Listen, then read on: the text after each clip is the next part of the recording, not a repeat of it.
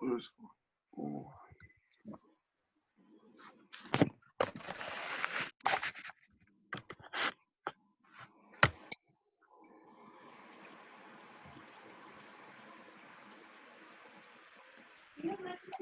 Yeah.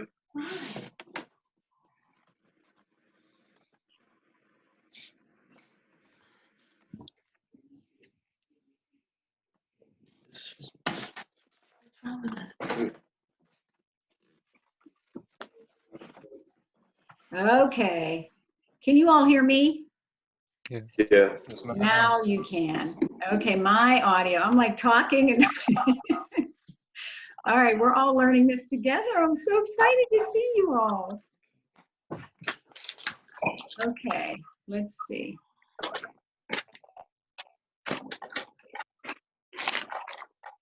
Here we go. Mackay, Owen, how's everybody doing? Wes, good morning. Mick, you can't meet me later today? You're jumping in my A period? I think I'm in the wrong class. You're in the wrong class, but that's okay. It goes A, Yep. B, All right. I'll C. see you later, man. Today, I'll see you later today. You can Yeah. stay if you want, but what's your A period class? I figured you it was going to go A and B, Yeah, it's going to go in order, and A, then B, later, C, and D. and I should have you. It said you have me. So you should jump into I your should have you. A period class. Good morning, Daniel. Good morning. A period was bioethics. I got out of that. Oh, okay. Okay, yeah, they don't have that. All right, so now I need to see how do The I, B period was banned, and I got rid of it too. So. Marquise. Jacob, good morning. Good morning. Okay, let's see. Can you hear me? Okay, gentlemen, I'm going to, how's everybody doing, first of all? Good. Everybody's hanging in there. I'm going to keep us all being able to speak this morning because here's my at-home classroom. We're using the whiteboard. So you all have to kind of give me a thumbs up or like wave and get my attention because throughout the class, I'm probably going to keep you muted just so in case, like even me, if you have a dog barking in the background or your mom calls for you or something, it doesn't interrupt the class. So I'm going to mute you all, but if you need my attention, just raise your hand. Okay, and if I'm looking for conversation and feedback, I can then unmute you. So I'm going to ask that you let me control as far as the mute and the unmute, and we'll go through that. And then, but for now, we'll begin. I have our crucifix hanging, and you know me, and I love my rosary, so that I got up here. So you know, in a teacher's house, there's always room for a nice whiteboard. This is my tech room. See my hokey bird? All right. Wait, can you hear me? Yes. How long are the classes? The classes are 50 minutes on the hour. So your classes will be 9 to 9:50. And then you have a 10-minute break. It's 10 to 10:50, 11 to 11:50. Then we have an hour for lunch. And then your next class, 12 to 12:50, right? And then it should be 1 to 1:50. So 2 classes, lunch, 2 classes. Oh. Okay. Now keep in mind, all these classes will be recorded. So if you're confused or anything, you can watch it back later. If you're not understanding, I have office hours every afternoon. You can check back in another. But I'm going to keep us all unmuted because I would like to say in prayer together. So with our crucifix over there, I can't really zoom in. I'm going to learn how to use this a little bit more as we go on. But let's begin with the St. Michael prayer, I think is appropriate at this time. So if you can all join me in prayer, we'll begin that way this morning. In the name of the Father, and the Son, and the Holy Spirit. Amen. St. Michael the Archangel, defend us in battle. Be our protection against the wickedness and snares of the devil. May God rebuke him, we humbly pray. And do thou, O Prince of heavenly hosts, by the power of God, thrust into hell Satan and all the evil spirits who prowl about the world seeking to ruin souls. Amen. Amen. Amen. Okay. All right, and I can't resist because I've got good feedback on our mustard seed. So I'm going to read that for you today. Today's a really, really long one. So I'm not going to write that on our board, but I am going to read you our mustard seed today. So today's mustard seed. We have built into us a desire to be like God, and yet we cannot be God. It is the friction caused by these two facts that leads us into sin. Very often we choose the apparent good and eat the fruit, believing that this will lead us to independence and to become like God. Very often we choose the apparent good, believing that such is a valid response to the desire within us to be like God. It is not. We cross the line of valid response to the desire to be like God when we forget, conveniently or otherwise, that we are dependent and always will be dependent on God for our existence.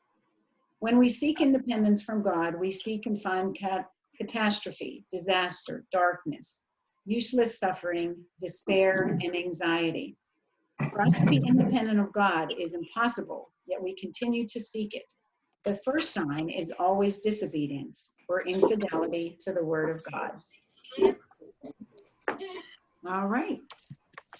But that was appropriate, long, but appropriate. Okay, so I'm going to start you all off muting you. But if you have a question, you can raise your hand, and when I call your name, you can go ahead and unmute yourself and get back into there. So the unfortunate thing today is that Blackbaud has been down. So the documents that I wanted to share with you today are not going to be on Blackbaud, but I will probably send out an email later with these documents, but we can do a shared screen and things like that. I'm just so excited to see you all. Nick, Owen, Mackay, you're live. I didn't hear from you for a while. Daniel, sorry, Wes. Oh, you guys look good. Do I have full participation? Who am I missing?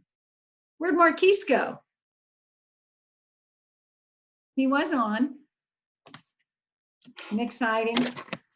All right, boys. Can you see the whiteboard okay? Good with that? All right, we're going to go back to Newton's third law.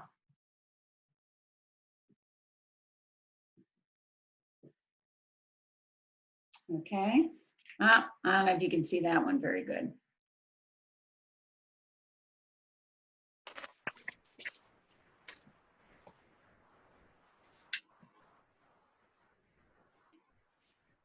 Okay, let's see.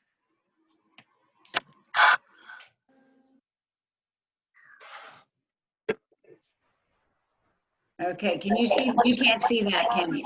Let me pick a different color.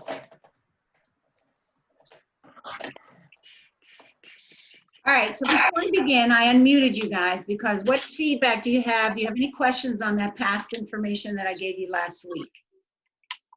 Is everybody okay on that? And because Blackbaud is down, I haven't been able to open up all your files to see how you did. But last week we focused on Newton's second law, which was F equals ma. So the second law, where F equals ma, right? Everybody good with that? Let's see. Can I help? I got that little bit of a glare in there. Okay, Newton's second law, where we have F equals ma. So remember, this is the net force, mass times acceleration. The third law, you can tell me what Newton's third law is. What is the third law? Hand up, anybody? You awake? Oh, What's Newton's third law? Joseph. Action and reaction. Action and reaction. Good. So action, reaction, right? So for every force, there's an equal and opposite reaction force. So we're going to talk about that today in terms of then his second law with F equals ma. So if I push on something, it's going to push back on me, right? So what I'm going to do is I'm going to share a file. Let's see, we'll go back to this. And go back to my full screen. All right, so we're going to look at this file together, and then I'm going to ask for your answers. I'll call you guys out and see if you can answer this for me. Go to a shared screen. And we're going to open up this file. All right, so ideally, I would have had this on the Blackboard for you, which it'll eventually be. Okay, so what Newton is saying in the action and reaction. So if I punch the wall, right? The wall punches back on me. The fist hits the wall hits the fist. So the action force is the fist hitting the wall, the reaction is the wall hits back. If you are a soccer player and you head the ball, right? The head bumps the ball and the ball bumps the head back, right? So on this one, Josh, what would we say here? Josh Davis, if you can unmute yourself. I didn't know I was muted. Well, I have the control to mute you all so that I'm not hearing all kinds of noise, and that'll help in our video. So Josh, if the bug hits the windshield of the car, what's the reaction force? Windshield hits the bug. Windshield hits the bug hits the car, right? Good. Yeah. All right, let's see, my baseball, I gotta remember who's my baseball player in this class. Nick, how do you play baseball? Yes, ma'am. All right, Nick, when the bat hits the ball, that's the action force. The reaction is? The ball hits the bat. Ball hits the bat. Good. TJ, hand touches the nose. The reaction is? Hand touching the nose, reaction is the nose touching the hand. Nose touching the hand. Now, what we know about that reaction force is they are equal to each other in magnitude, right? All right, so Jacob Moore, the hand pulls on the flower. What's the reaction force? So unmute yourself. Or I can hit unmute. Hello? Yep. So the hand pulls on the flower, what happens? The flower, Breaks. it might. But I want the reaction force. The action force is the hand pulls on the flower. What's the reaction force? I don't know. The flower. So if I pull on the flower, what do I feel in my hand? The flower pulls back on me. Oh. So the action is that I pull on the flower, and the reaction is the flower pulls back on me. All right, Jacob, I'll give you the next one, F. So if I scroll down here and we look at F, are you looking at the screen right here? Mm-hmm. Okay. The athlete pushes up on the bar. So when I go lifting weights and I have to push up on the bar, what's the bar reaction? pushes down on you.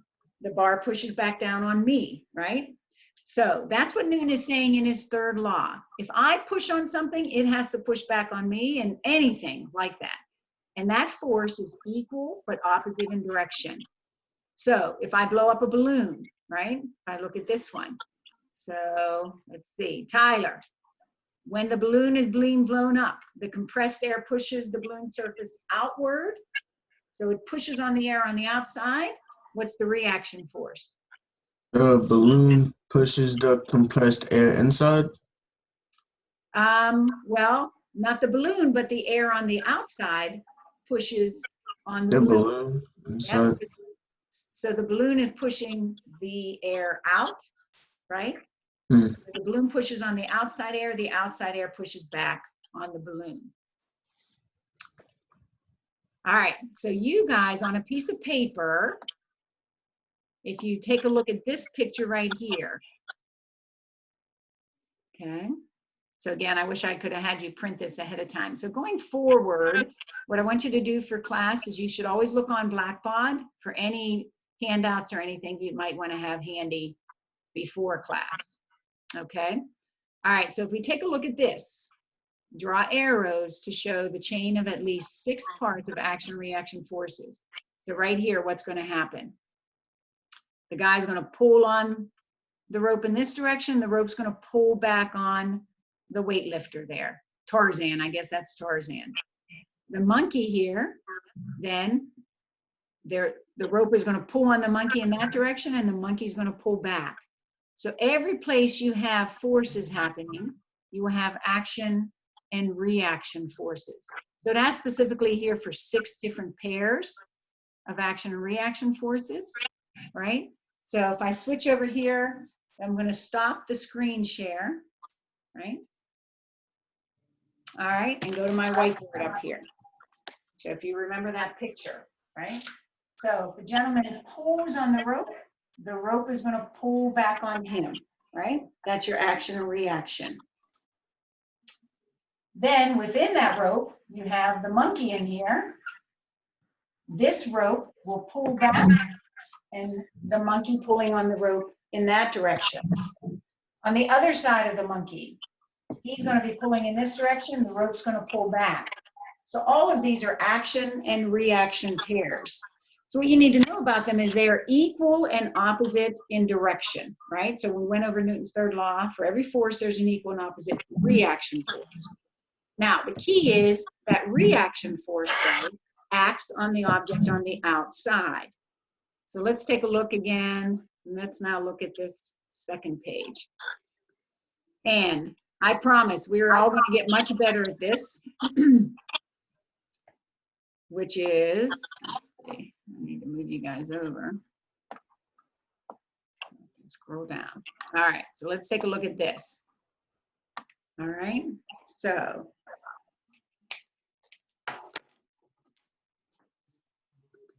can you guys, are you all still seeing me on your screen? Yes, As ma'am. I speak? Yes, ma'am. Give me a thumbs up. All right, so here I have an apple in my hand, right? So we're gonna hold on to that apple, right? So as I hold that apple, just like this girl here, Nellie Newton holds an apple weighing 1 Newton at rest in the palm of her hand, right? The force vectors shown are the forces that act on the apple. To say that the apple is 1 Newton is say that the weight is acting down of 1 Newton, right? Gravitational force is exerted on the apple by, so the action force is to say the weight of the apple is 1 Newton is to say the downward gravitational force of 1 Newton is exerted on the apple by what? So TJ, what do you about that? Is the 1 Newton the weight to say that a downward gravitational force, which one is creating that gravitational force, TJ, the earth or her hand? Earth. The earth, good. All right, so the earth is pulling down with 1 Newton. Nellie's hand supports the apple with a normal force of 1 Newton, right? We say, Marquise, you with us?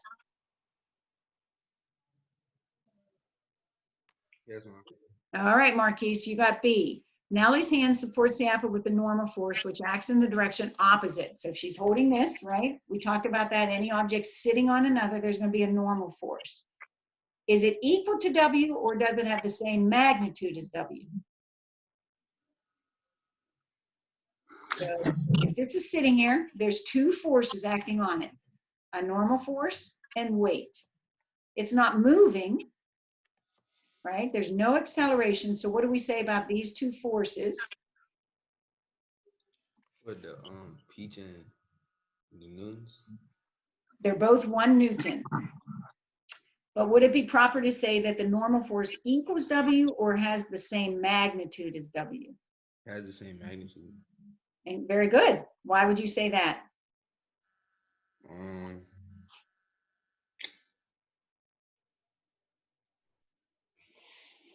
Because it seems that the fruit is heavier than, I don't know. Well, good guess then. But what kind of quantity is forces? Vector or scalar? Forces is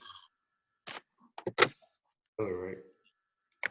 A No, force it's is a vector. vector quantity, so it has magnitude and direction.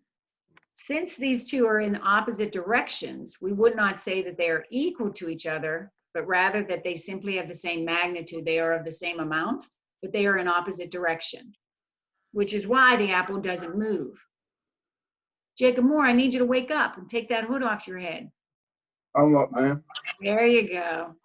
All right, since the apple is at rest, the net force on the apple, Marquise, I'll give you that one.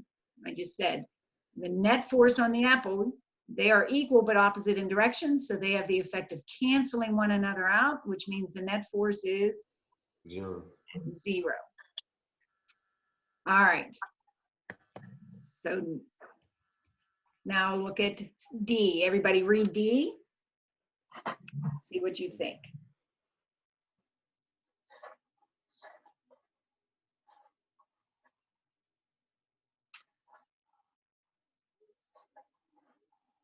So Daniel, since N is equal and opposite to W, we can or cannot say that N and W comprise an action and reaction pair. Can. Okay, and you say that because they are equal and opposite in direction? Yeah. Okay, so good. But what is true about those two forces? So if we go back to the first page, all of our action and reactions, let's see if I can slide back up to the first page. Right, if we go back to here, all of our action and reaction forces were forces that were acting on two different objects, the hand, the nose, the face, the ball, the car, the windshield, right? If we go back down here to this screen, what we would say here is that these two forces are both acting on the same object. So because they're both acting on that, it's not her hand in the apple that have those forces. It is these two forces acting on the same object.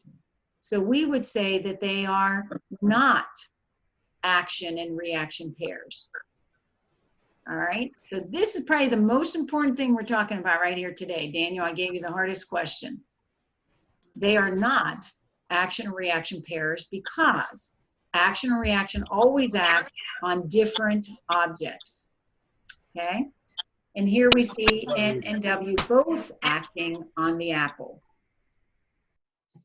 So in accord with the rule, if action is A and action B, then reaction is B acting on A. And if we say action is earth pulling down on the apple, reaction is the apple pulling up on the earth. Nellie's hand pushing on the apple, okay? So the reaction would be the apple pulling up on the earth. All right. This is not working as well as I wanted it to, since you guys don't have this sheet to be able to be off. I'm going to learn how to, I think in our Zoom meeting, I'm going to learn how to share documents so you guys can have these. That's a new feature I think we can have. All right, so let's take a look at that. Is everybody clear on that? Action and reaction pairs act on two different objects. All right, so if I have my hand here, if I just look at the apple, I have to push up on the apple and the apple pushes down. The normal force on the weight coming down. All right, hold on here.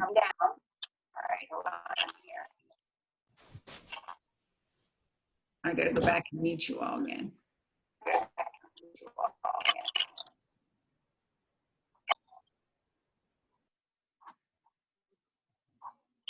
Okay, if you are not muted, can you hit your mute button? There you go, thank you.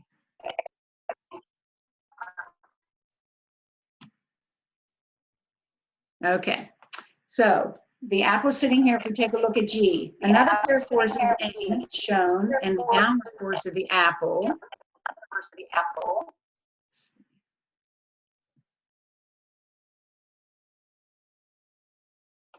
Okay, Nellie's hand, the pair isn't a action or reaction. They are not action or reaction because they are both acting on the apple. Suppose Nellie now pushes upward with a force of 2 newtons. So now we have a different force. That would be considered an applied force pushing up on Nellie, right? So basically what we're talking about here in this sheet Suppose Nellie now pushes upward. The apple is still in equilibrium or accelerates upward. In this case, it would be accelerating upward. And compared to W, the magnitude of N, we don't know what it would be. It just depends on how much the acceleration would be. So if I go back to my whiteboard, in that case, we would say the forces that are acting on the apple would be weight, and then a force applied, which is equal to 2 times the N force that was originally there, 2 times the weight. Now, once the apple leaves Nellie's hand, so if I toss it up, now the only force acting on it would be weight acting down, right? So that would be the outside. So if I have to push up on her, this apple with 2 newtons to accelerate it upward, the apple pushes back on me. So the action and reaction pair would actually be, how much do I push on the apple and the apple pushing back down on me? So you have to put a boundary around 2 things to say that these 2 objects act on one another. All right, so we're going to go back to, I'm going to stop that.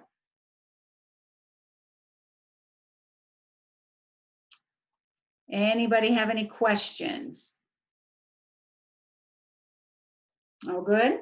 Pretty simple. All right, so the reason I wanted to talk about that today is we really want to talk about, well, how does that cause an object to move? So if action and reaction forces are acting on 2 different objects, so that's the #1 key of that worksheet, is recognizing that an action and reaction force are acting on 2 different objects. You cannot say that if I push on this and another force pushes in the opposite direction, just because they're equal and opposite in direction does not mean they compromise or compose an action and reaction pair, okay? All right, so what does that mean as far as motion goes? So if like I'm leaning on this wall right now, we would say the wall is leaning back on me, right? Or pushing back on me, but I'm not moving because those are equal and opposite forces. But if I push off on the wall, I will move, right? And we did this in class. We kind of pushed off on things when I was walking across the floor. So then the question becomes, why, if I have to push on the wall, right, and it causes me to move this way, why is the wall moving in that direction? So how do action and reaction pairs cause motion to take place, right? So if we take a look, kind of writing over here, give me a thumbs up if you can see okay over on this side. You all good? All right. All right, so let's say you are standing here, right? And somebody else is here, another child. And you 2 push on one another, right? With a force. I feel like, is that glare in the way? I feel like you can't see that. Let's see. All right, I'm going to draw down a little bit lower. All right, so.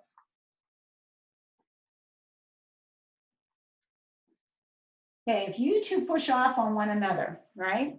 So if 2 people are going to push off on one another, these are action and reaction pairs. If I push on somebody, they have to push back on me. So that means the force, they are equal to each other. They both have a force F acting on one another, right? So let's say we ignore friction, we're on the ice, we're ice skating or something, and we're going to push off on one another. Then that force is going to equal mass times acceleration for both objects, right? So that's Newton's second law. They are both going to move according to now Newton's second law based on the action and reaction forces. If we say on the left side these 2 forces are equal, what's different about each object though? So if the left side is equal, let's see, ON, what would be different about these 2 people in this equation? I'll go ahead and unmute you. Okay, so if I have 2 different people, if you and I push off on one another, say we're leaning there and we're on the ice skate, so there's no friction, and we push off one another, you're going to go in one direction backwards to me, and I'm going to go backwards to you, right? So we're going to go in opposite directions. So if we were trying to figure out how we move, and we're going to apply Newton's second law, F equals ma, We both have the same force on us, but what's going to be different about us? The force applied. No, if it's action and reaction and I push on you, you're going to push on me with the same amount of force. That's what action and reaction is telling us. So if I push on you with the same force that you push on me, we both have the same net force on us. But we are two different people. So what quantity is different in this equation? I don't know. Well, your other choices are mass and acceleration. Would it be mass? And because we're two different people, we would have two different masses, right? So mass is going to be what's different in this equation. So if mass is different, I keep trying to see if I turn that at a different angle. All right. So if mass is different, right, we're going to have two different masses as we push off on one another. If the left-hand side has to be the same, then the acceleration is going to be different for each of us when we push back. So Jacob, Marquise, when you're on the line, right, playing football and you push on somebody, right, the mass is important. Again, we've talked about this before, right? So you're not going to move the same because you have two different masses. All right, so let's put some numbers to that. I think if I write over here, that's going to be different. So what we're saying is, I thought I had done. These markers seem to wear out so quickly. There we go. All right, and then we have F equals ma. All right, so let's say if over here one person has a mass of 75 kilograms and the other person has a mass of 25 kilograms. This person is 3 times the size, this person is 3 times the size of this one, right? So these two, if they have the same net force, let's say this was equal to 100 newtons, right? So those two are going to push off on one another, right? If their action and reaction forces are the same, then their acceleration, which would be force divided by mass, will not be the same. So if on this side, I push off with 100 newtons and my mass is 75 kilograms, that's going to be my acceleration. Over here, the action and reaction give us the same force. The mass is 25 kilograms, and that is our acceleration. Okay? So what's going to happen with Owen and I, if we push off on one another, if these are our masses, right, we're going to have two different accelerations. We're going to move differently. So if I plug those numbers in, let's see. This one's an easy one. What's 100 divided by 25? Jack Reed, are you with us? Yeah. All right, Jack Reed, what's 100 divided by 25? 4. 4. Very good. 4 what?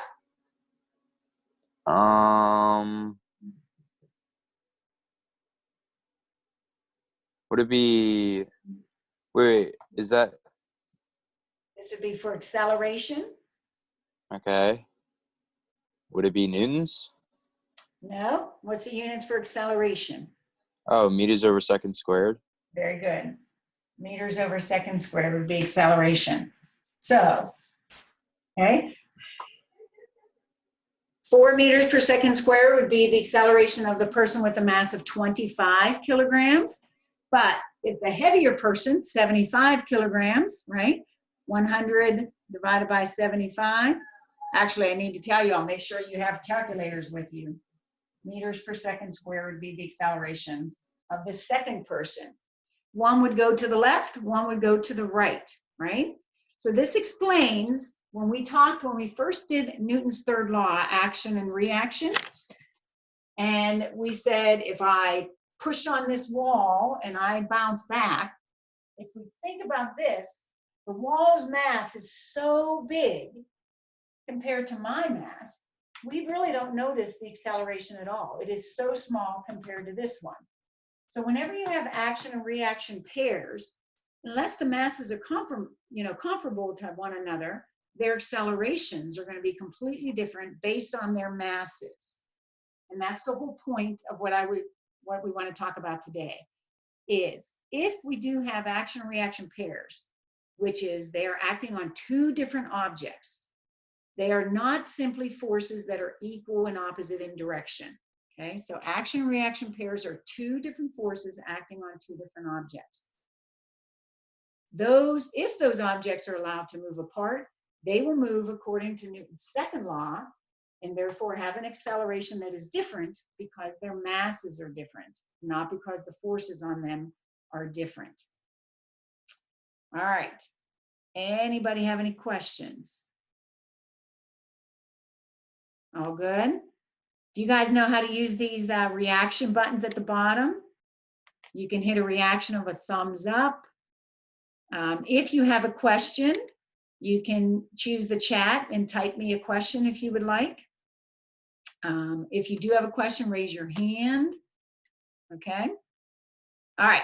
We all good on action and reaction and how that goes into, yeah, TJ. Thumbs up, Tyler. Good. Josh. All right. I want to unmute you all because I like conversation better, but all the background noise really gets a little too much.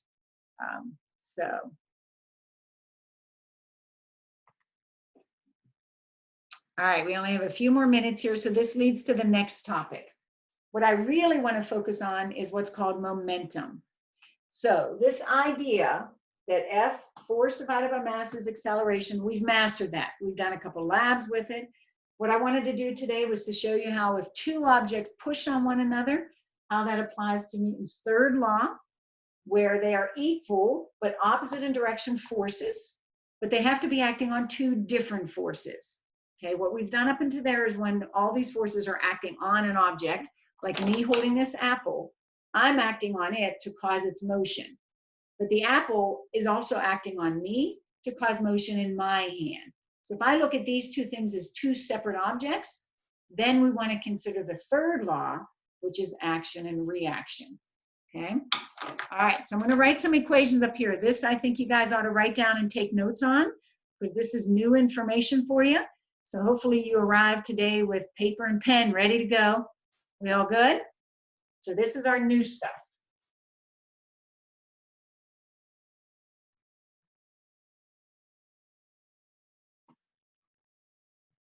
Okay, I don't know if you can see this up here.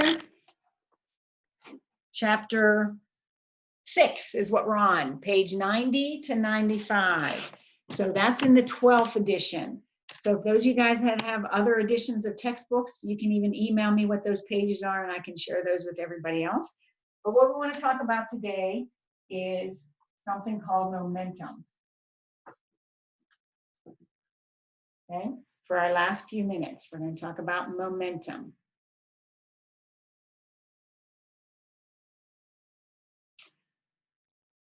All right, let's see. Jack Miller, I'll unmute you. All right, let's go back to, what do you know about acceleration? What is the definition of acceleration? Speed with direction. Well, not really. No, it's Speed with direction velocity. is velocity. Yeah. So that would be velocity. What do you remember about acceleration? There's a formula. There is. So like A equals like F force times mass or something. Okay, you can say that. A equals force divided by mass. Yeah. What is the definition of acceleration? That's an equation to find acceleration. Josh Davis. Rate of change of velocity. Very good. Rate of change of velocity. So it is actually change in velocity over change in time. Do you guys remember that? Acceleration is change in velocity over change in time. So if we write Newton's equation, F equals ma, right?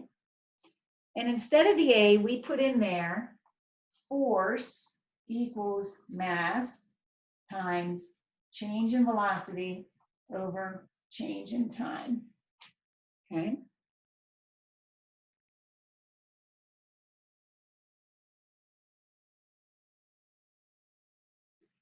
Jacob Moore, you have any paper and pencil? You can write this down? Is that making sense to everybody? So all I did is instead of looking at acceleration as the A, I'm going to say it's actually how much velocity do I have over time? So what that equation becomes then is I'm going to multiply both sides by the delta t. Okay.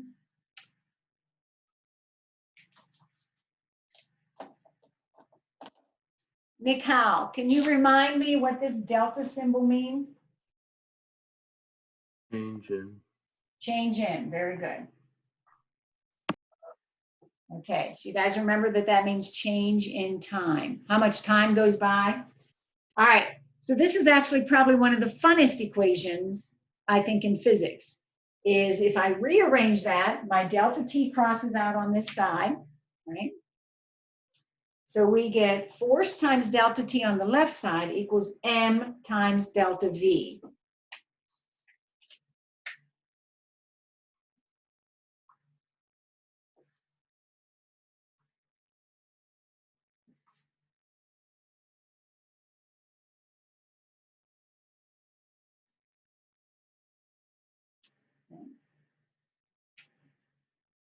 What this is saying to us over here is force applied over time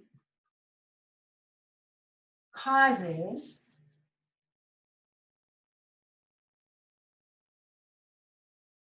an object to change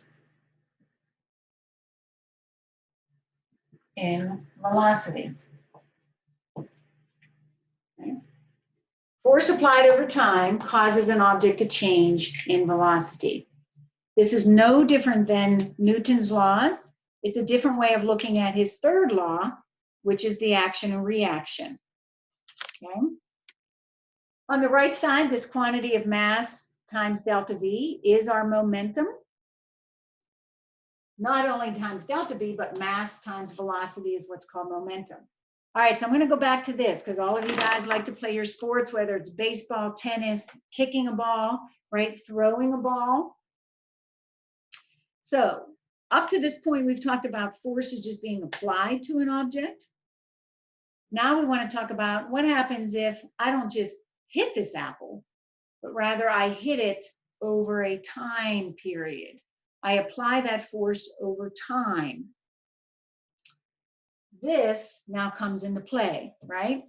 Would you agree that when I hit a ball, it matters whether I go like that or I hit it and follow through, right? So what does the follow through mean in sports? What the follow through means is you added more delta T. So if I throw a ball, if I allow my arm to be in contact with the ball much longer, then I've increased the delta T. So far up to this point, we haven't considered how long do I apply a force. We've talked about what happens if I apply a force, but we haven't talked about what happens if I apply it for a long time, right? So, does that make sense? All right, I'm going to unmute you all if I can figure this out. Let's see if I can do you all at one time.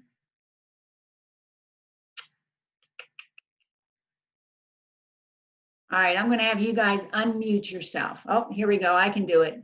Unmute you all.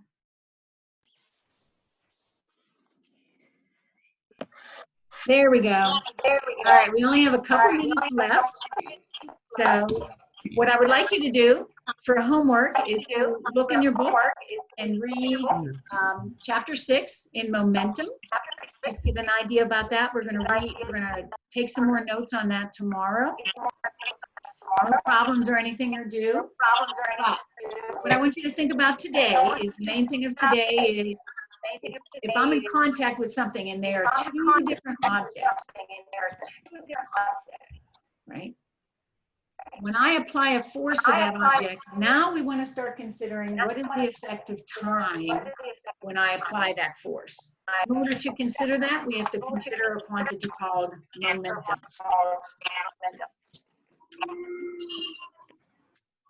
All right, You all hanging in there? You ready for your big day today? No? Well, now you get 10 minutes between classes, not 4 minutes. And you get an hour for lunch, right? Actually, I'm very excited about this. One, it's so nice to see you. But, What time it end? 1:50? That's what. Yeah. So it's not too bad. All right, I'm gonna give you your 10-minute break. You guys have any questions for me? I promise. I admit, this was not my best. You were my first one. So I'm gonna, give me some feedback. Could you see this okay? Yes, ma'am. That worked okay? Yeah. This is my style. I like this better. Somebody has their computer really loud. I hear my echo. It's the George. All right, guys, I'll see you on, not till Wednesday. I have to go every other day now. So that's the other thing. We only have 4 classes every day. So we're gonna try to make the most of it. All right, read in your book about momentum. I'll see you all on Wednesday. All right, you guys sign up. There you